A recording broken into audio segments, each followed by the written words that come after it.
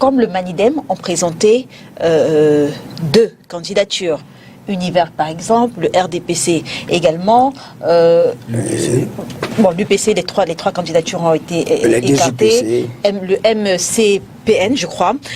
Comment est-ce que vous analysez l'exclusion du professeur Maurice Kamto? Pour vous, qu'est-ce que ça traduit? Il ne faut pas se voiler la face. Il y a une sérieuse frilosité qui s'est emparée du pouvoir. J'ai l'impression qu'ils semblent être dans une posture où ils veulent désigner quelles sont les personnes qui doivent être leur sparring partner.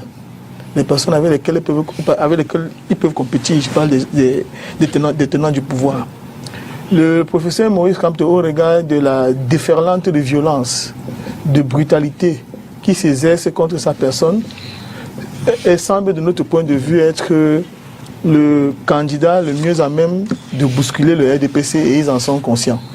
C'est donc pourquoi toute la machine est mise en branle, la machine sécurocrate de violence pour pouvoir empêcher sa candidature.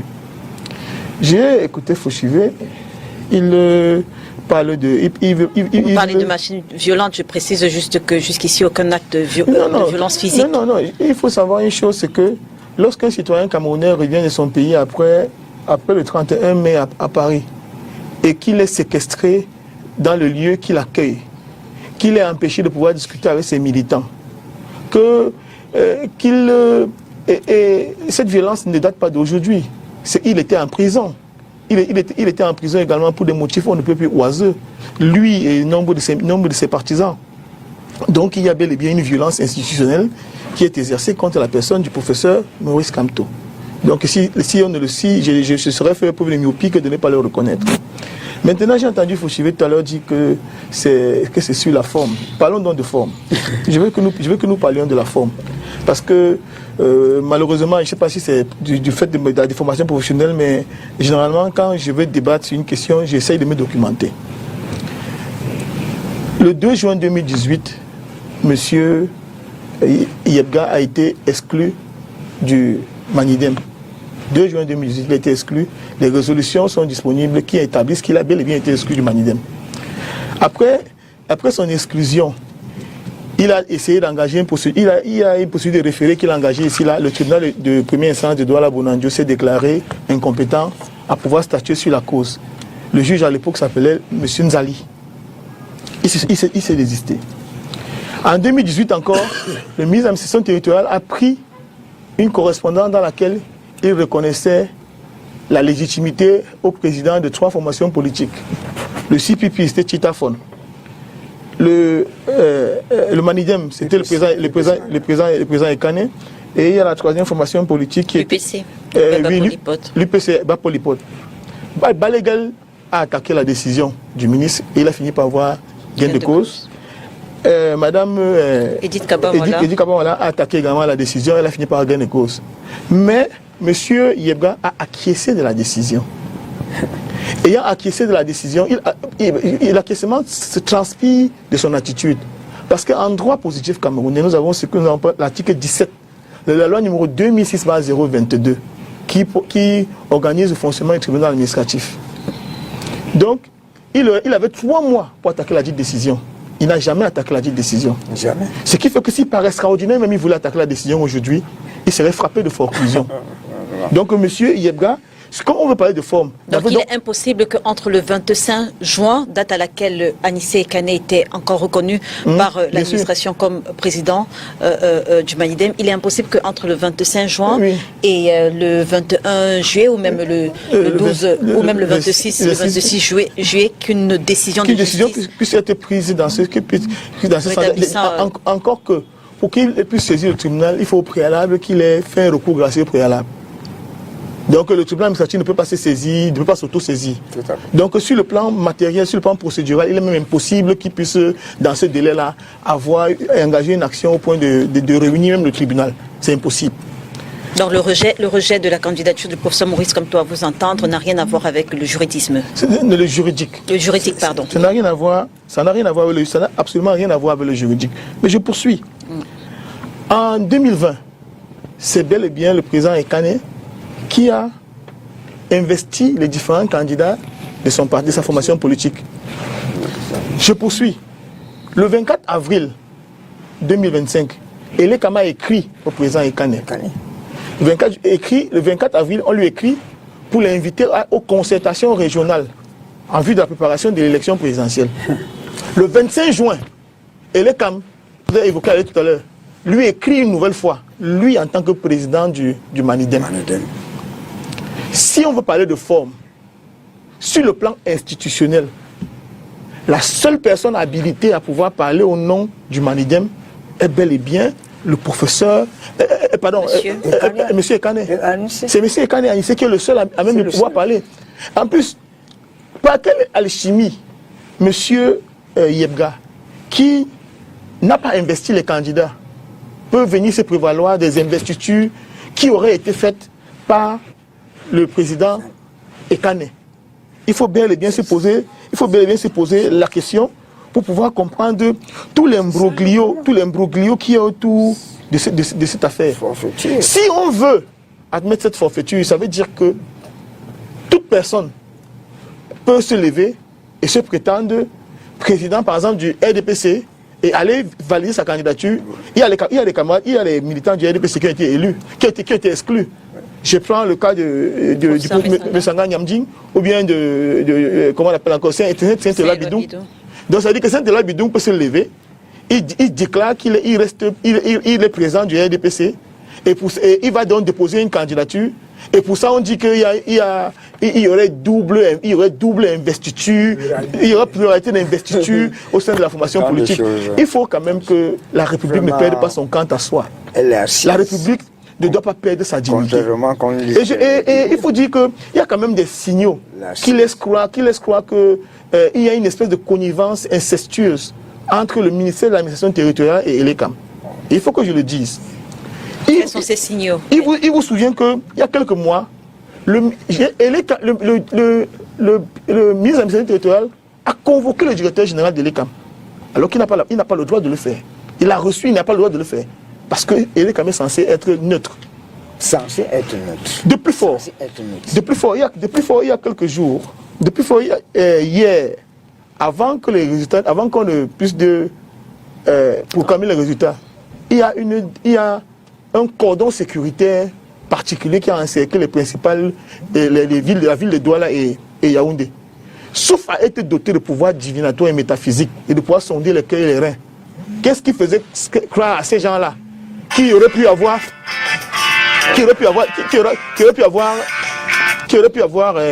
camarade. Qu'est-ce qu'il aurait pu faire croire à ces gens-là qu'est-ce qu'il aurait pu faire croire à ces gens-là? Oui, allez-y, maître.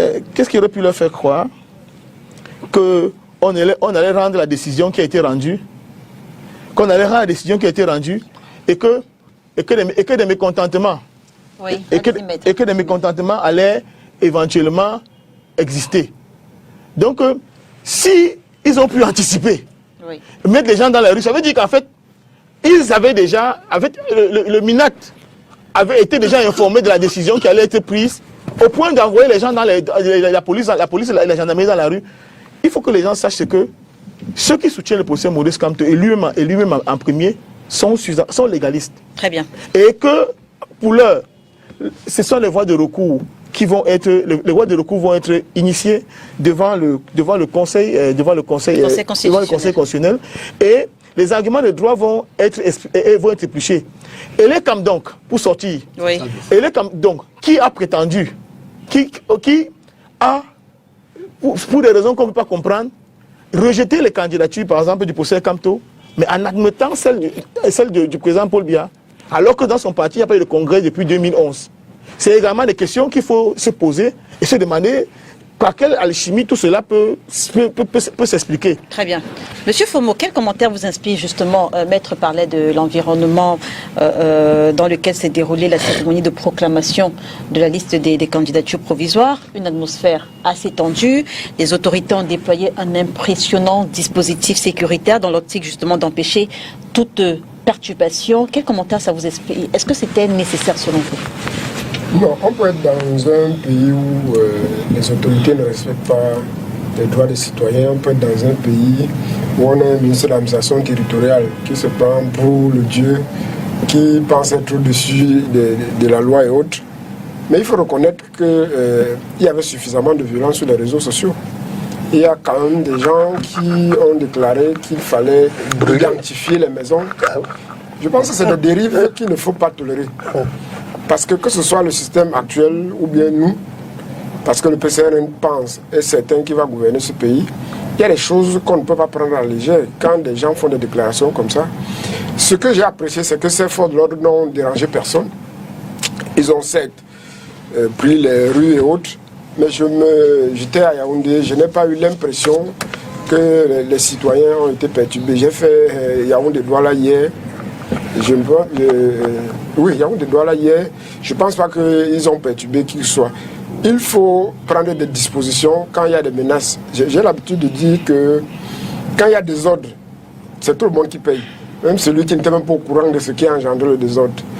Maintenant, pour revenir à la question de candidature, à un moment, on a envie d'être sympathisant, en tout cas compatir à ce qui arrive à d'autres formations politiques. Mais il y a des discours comme ce que M. Ngouanan tient et qui est devenu rhétorique des militants dans certaines formations politiques. Kamto est le seul à même de menacer le pouvoir. En fait, c'est une insulte. Ça n'engage que... Mais s'il vous tout à plaît, fait laissez-le parler. Terrible à l'endroit des autres candidats de l'opposition. C'est une insulte terrible. Et vous, quand vous tenez ce genre de discours, vous ne pouvez pas attendre que les gens soient compatissants à ce qui vous arrive. Je pense que dans la scène politique, il faut avoir un minimum de respect pour chaque acteur politique. L'honorable Kabalibi a un projet très sérieux que tout le monde peut consulter, qui est un ancien candidat à l'élection présidentielle. Il est sur le terrain depuis 2018. Et ça me dérange toujours que quand vous posez le problème, que ce soit dans le sens de considérer que les autres acteurs politiques qui ont pu prendre des dispositions. Parce que quand on est dans un pays comme le Cameroun, il s'agit de se comporter en tenant compte du contexte. Parce qu'on peut aller dans le débat de fond, on va dire qu'on s'attaque à l'opposition. Mais la vérité, tout le monde savait comment ce système fonctionne. Ça veut dire qu'un acteur politique sérieux commence à anticiper. On peut toujours pleurer quand ça arrive, ça peut être vrai ou pas vrai, mais toujours est-il qu'un acteur politique sérieux prend en compte le contexte dans lequel il se trouve et prend un certain nombre de dispositions pour épargner ce genre de choses, pour qu'on en soit à débattre. Je ne veux pas entrer là-dedans. Je pense que nous sommes dans un pays démocratique et que tout le monde doit avoir la chance d'être candidat à l'élection présidentielle, que ce soit M. Kamto ou n'importe quel citoyen. Tant que quelqu'un remplit les conditions pour être candidat à l'élection présidentielle, on doit pouvoir le lui permettre. On ne peut pas, sur des prétextes fallacieux, éliminer une candidature. Des raisons, des fondements et autres, ce système fonctionne ainsi. Le CPP, qui a eu des problèmes de leadership, il venait d'énumérer la correspondance, qui disait que ce n'était pas Mme Kawala qui était présidente du CPP, ce n'était pas parce que Mme Kawala était devenue la plus puissante femme politique au Cameroun qu'il fallait l'éliminer. On a un système qui fonctionne ainsi. C'est-à-dire qu'on a un ministre de l'administration territoriale qui confond ses prérogatives de ministre et sa fonction politique. C'est un contexte qui est ainsi. Et pour une histoire de prouver que c'est lui le ministre de l'administration territoriale, pour une histoire que tu as tenue, une chose qu'il n'a pas arrangée, il peut outrepasser complètement, mais alors grossièrement, ses compétences de ministre et entrer carrément dans le rôle de l'acteur politique qui veut museler et nuire à d'autres acteurs politiques. Et puis, il faut qu'on reste donc dans ce contexte-là, avec ce ministre, avec le profil de ce ministre, pour poser le problème. Mais une fois que vous dérapez, en disant que c'est parce que l'autre est trop fort, et donc, ceux qui ont la candidature retenue sont des poids plumes qui ne représentent rien, vous vous mettez dans une situation où finalement personne n'est compatissant à ce qui vous arrive, personne ne peut vous défendre parce que vous les considérez comme des poids plumes et eux ils doivent se battre pour qu'on valide votre candidature. Je pense que nous devons rester dans ce contexte et dire que donnons la chance à tous les compatriotes qui le souhaitent d'être candidat à l'élection présidentielle. Et c'est un moment d'enseignement pour l'opposition qui doit contextualiser son engagement politique et avoir des leaders qui prennent à chaque fois en compte ce contexte pour qu'on n'en soit pas chaque fois à se plaindre de ce qui est arrivé. Très bien. Parce que ça a l'habitude d'arriver aux autres. Il crée toujours des conditions. Le PCR l'a subi. Le PCR aurait pu dire que non, nous subissons ça parce qu'on a peur de nous, c'est nous qui serons au pouvoir. On est certes puissants, on a certes structures bien organisées, mais on a un minimum de respect pour les autres acteurs politiques qui se déploient aussi comme nous. Et puis, les électeurs vont déterminer qui est puissant L'élection est prévue pour ça. Donc, ayant un minimum de respect, à chaque fois qu'on veut poser un problème, pour les autres acteurs politiques qui sont engagés dans le champ politique et qui ont la prétention de diriger le Cameroun. Edouard Fauchivé, après la brouille au Manidem et son exclusion, Dieudonné Yebga s'était, comme qui dirait, mis en retrait de la vie politique. D'ailleurs, sur sa page Facebook en 2018, il annonce accorder son vote au professeur Maurice Kamto. Disons-le, plusieurs personnes accusent le ministre de l'administration actuel d'être derrière, d'avoir favorisé l'émergence de cette soudaine candidature de Dieudonné Yebga. Quel crédit est-ce que vous accordez à ces accusations-là? Je vais commencer d'abord par m'inquiéter de quelque chose. Maître Ngouana m'inquiète. Il n'y a pas 5 ans, le langage qu'il vient de tenir, c'est le langage qu'il tenait au SDF. Et subitement, il n'est plus du SDF. Il était du FCC. Subitement, il n'est plus du FCC. Il était du MRC. Avez-vous été militant du FCC? Laissez-moi continuer. J'ai été militant d'une seule formation politique. Donc, il a supporté l'honorable Nietzsche. Maintenant, je le supporte encore. Maintenant, il est. Je le supporte encore. Laissez-moi continuer. Il traverse, il est dans le MRC. Maintenant, il parle du Manidem. C'est-à-dire que. Et il parle avec force et détermination. Non, moi, je ne suis pas dans le yango politique. Il peut continuer son yango politique, mais il doit comprendre quelque chose. C'est la réponse à la question qu'on a posée. J'y viens, je voulais vous faire une précision pour que vous compreniez. Oui. Pour dire que, aujourd'hui, tout ce qu'il vient de vous dire, parce qu'il était incapable de comprendre le principe de la forme, tout ce qu'il a dit, c'est le fond. Effectivement, je confirme ce qu'il a dit, parce que ça va se débattre au fond, au niveau du Conseil. Donc, il n'a rien dit par rapport à ce que j'ai dit. Il n'a absolument rien apporté comme... Ça veut dire que, et je suis sur votre question, si Yebga n'est pas président du Manidem, automatiquement, le professeur Kamto sera rétabli. Et là, Vous y croyez, Edouard Fauchivé? Mais attends, je n'ai aucun dossier politique à même pour dire que c'est lui qui vient de vous dire qu'il a tous les dossiers. Quelqu'un qui n'était pas du Manidem vient de vous dire tout à l'heure que Kani Anissé avait fait ceci et Kani Anissé avait fait ça. Moi, je n'ai pas. Et je dis donc, pas pour dire, mais des reportages ont été faits. Je dis que je ne m'occupe pas des partis politiques. En 2018, on a suivi cette moi, affaire je ne m'occupe pas. Je dis donc que si ce qu'il a dit est vrai, le Conseil constitutionnel va prendre acte et va intégrer maintenant. Et je me réjouis de ce que le président du PNCT de Bafa a dit. Cette notion de supériorité, de leadership, tue le professeur Kamto. Pour le professeur Kamto, pour eux, il n'y a que le professeur Kamto qui est candidat. C'est-à-dire que les 12 qui sont candidats contre le RDPC, là, retenus, ne valent absolument rien, même s'ils font une coalition.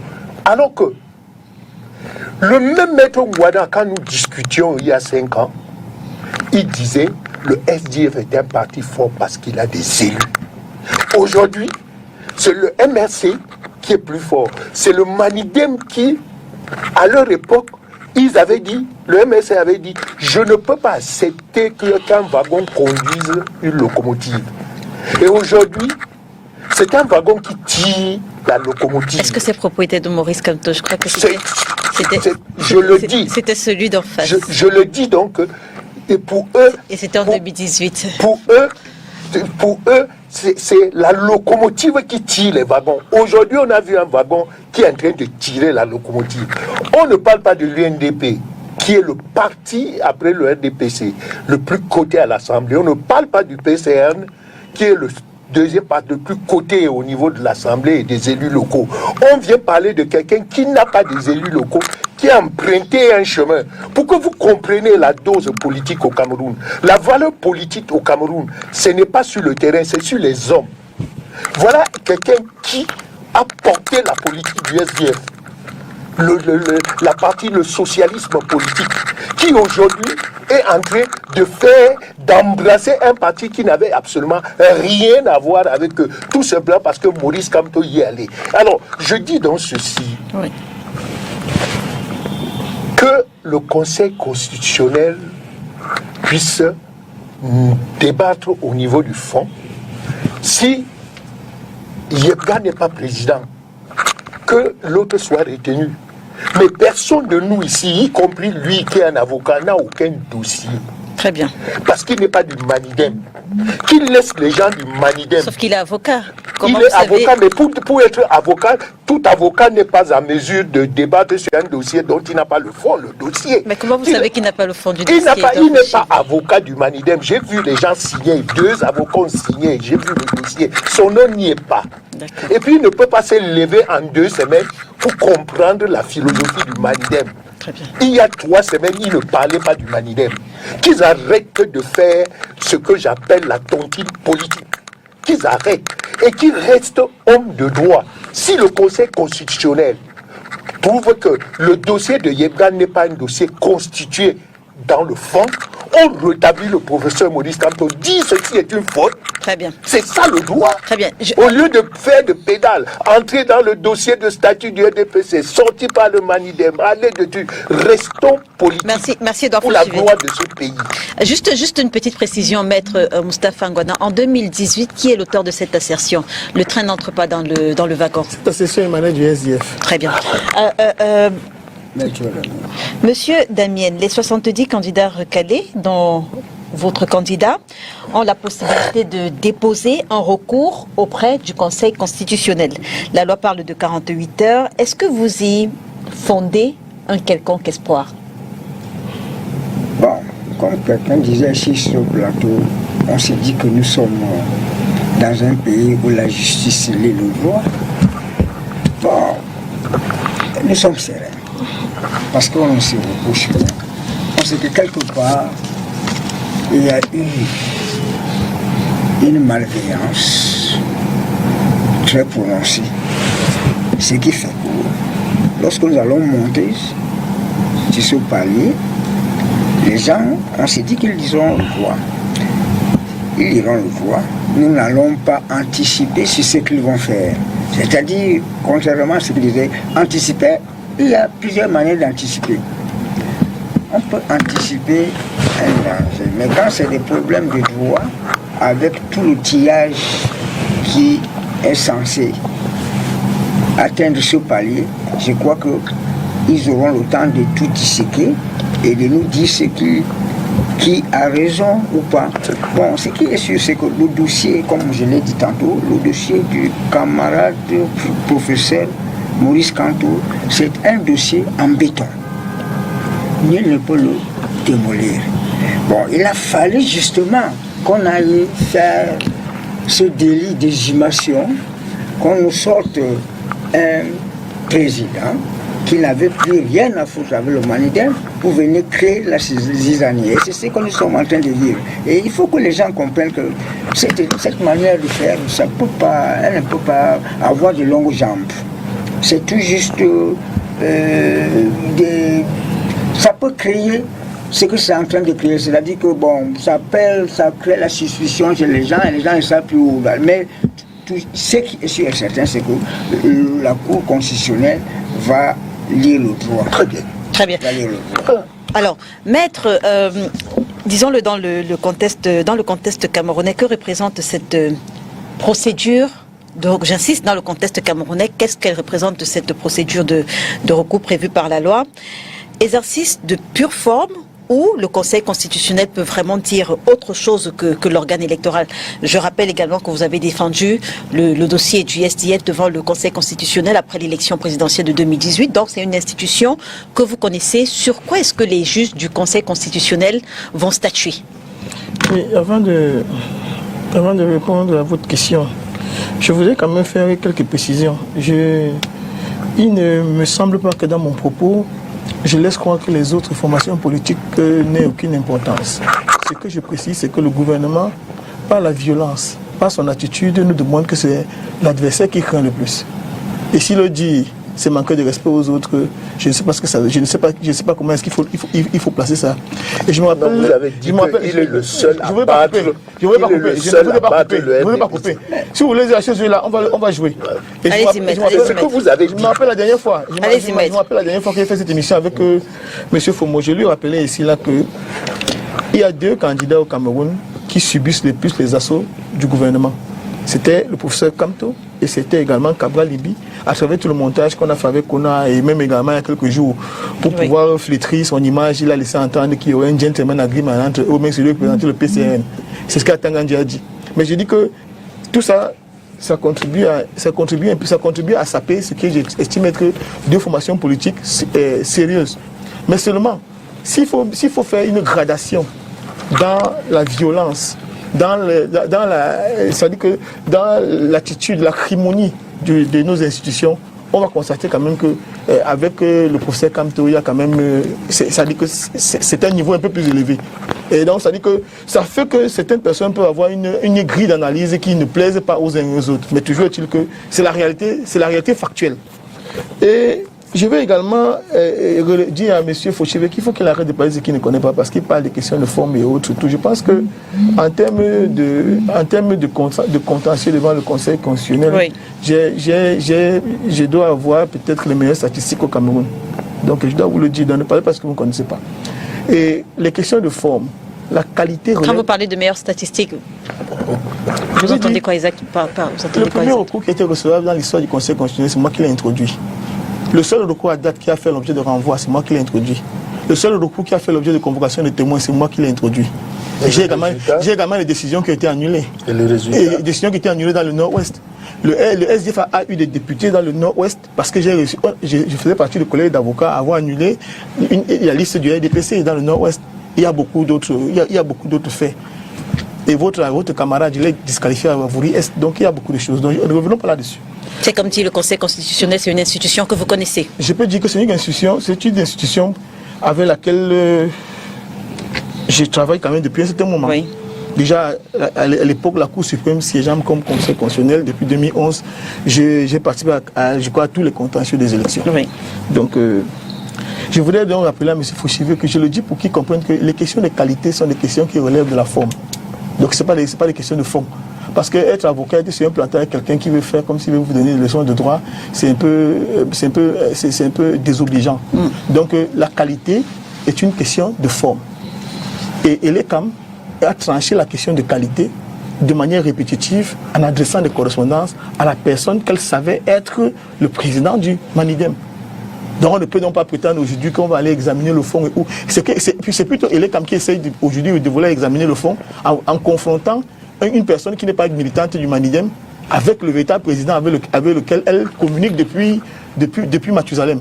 Juste une parenthèse, est-ce que lorsque vous avez exclu Dieudonné Yebga, vous avez transmis le rapport au ministère de l'administration territoriale? Est-ce que le ministère de l'administration territoriale en a été informé en son temps? Ils ont tous cette documentation là-bas. Vous leur avez transmis cette documentation lorsque vous avez exclu Dieudonné Yebga comme militant du Manidem? C'est un légaliste. Oui. Très bien. C'est un légaliste. Et il faut préciser que je vous ai dit que je ne me prépare, c'est la déformation professionnelle. Il a organisé plusieurs réunions qui étaient interdites par les autorités administratives dans la ville de Douala. Et les décisions en question existent. Les arrêtés préfectoraux et autres existent. Donc voilà. Maintenant, vous me posez la question de savoir... Sur quoi est-ce que les juges vont statuer, les juges du Conseil constitutionnel, pour le cas du professeur Maurice Kamto notamment? Vous savez, moi je ne fais pas la futurologie, je n'ai pas de boule de cristal. Mais toujours est-il que les éléments vont être présentés, les éléments qui démontrent l'inaptitude de M. Yebga à pouvoir se revendiquer du Manidem, à pouvoir revendiquer la candidature du Manidem vont être exposés.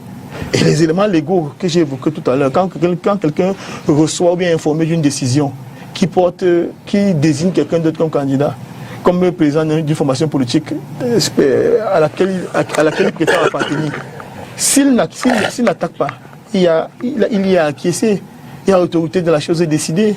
Donc ça dit que l'administration a pris une décision qui lui est désormais opposable. Parce qu'il n'a pas attaqué la décision dans le délai du recours gracieux préalable, du recours contentieux. Donc, c'est pas quelle alchimie juridique, sauf si on veut faire la sorcellerie ou bien du vaudou dans nos palais de justice. Rien ne peut expliquer aujourd'hui qu'on puisse opposer, par exemple, la candidature de monsieur Yebga à celle du professeur Maurice Kamto. Parce que si on veut jouer à ce jeu-là, on se demande, mais pourquoi est-ce que la candidature du parti Univers a été admise? Si elle a été admise, c'est-à-dire que je n'ai pas encore le motif de rejet, mais vous pouvez bien vous douter de ce que le président de l'Univers est bien connu comme étant Koumvondor. Donc s'il a investi le Maître Akeremouna, il était impossible qu'il puisse investir quelqu'un d'autre. Donc j'ai pris l'exemple, ça semble ubuesque. Mais si vous imaginez que moi, Ngwana, aujourd'hui, je sais pas, que j'arrive à Saint-Éloi et Bidon, il me signe une investiture pour le compte du RDPC, encore qu'il aurait même, encore que au RDPC, ils auraient même des raisons en disant que mais, ce parti n'a pas tenu le congrès, donc ça dit que le parti est désormais à la rue, le parti n'existe, le parti n'existe plus, ne fonctionne plus en réalité. Donc voilà pourquoi est-ce que à titre conservatoire, nous avons choisi un candidat que nous estimons plus viable que celui qui est là. Et à ce moment-là, on se retrouvait dans la cacophonie. Vous voyez donc qu'on est dans une situation où il y a une espèce de 2 poids 2 mesures qu'il faut dénoncer. Il faut dénoncer. Pourquoi est-ce que la candidature de l'UPC, par exemple, j'ai vu que le procès Bayebek avait été adoubé, je ne sais pas, par le comité directeur de l'UPC, il avait été adoubé. Il y a eu une élection au cours de laquelle il était adoubé. Pourquoi est-ce que sa candidature, par exemple, serait rejetée? Et que les 3 candidatures de l'UPC ont été rejetées, oui, aussi bien celle d'Abdourahmane Baba, professeur Bayebek et Yam Timban. Il y avait donc 4 situations. Oui. Pour Univers et pour le RDPC, les candidatures ont été reçues. Maintenant, pour l'UPC et le Manidem, ça a été rejeté. Il faudrait, parce que en droit, il y a la logique. Il y a une logique qui doit pouvoir transpirer les différentes actions qu'on pose. On ne peut pas, dans le cadre de la même affaire, rendre des décisions contradictoires. On doit bien se poser les questions. Ce ne sont pas des questions politiques. MPCN, voilà, le MPCN est l'autre parti politique à avoir présenté 2 candidatures, dont Chewa David Daniel et Yem Eboko Pierre-Joseph. Oui. Vous voyez donc il y a 3 partis pour lesquels tout a été rejeté, mais il y a 2 autres pour lesquels ça a été accepté. Donc il faut bien qu'on nous donne on puisse nous donner des explications juridiques pour pouvoir comprendre. Et je dois dire aussi une chose, c'est qu'en parlant du Conseil constitutionnel, je ne peux pas déjà être complètement suspicieux lorsque je vais me présenter devant une juridiction. Oui. Vous imaginez que je me retrouve ici à la télévision en train de tirer sur le Conseil constitutionnel par devant lequel je vais me retrouver en train de plaider demain. Vraiment bien malin l'avocat qui se livrera à un tel jeu. Mais je dois quand même dire quelque chose en revanche, c'est que pour les élections locales, on a très souvent le sentiment qu'ils ont une plus grande liberté que dans le cadre de l'élection présidentielle. Et nous espérons que comme nous sommes encore en phase de validation des candidatures, qu'ils vont respecter le minimum d'orthodoxie qu'on attend d'eux, en appréciant de manière objective les arguments de droit qui vont être développés par devant le moment venu. On va prendre l'extrait du ministre de l'administration territoriale qui a tenu une réunion après la publication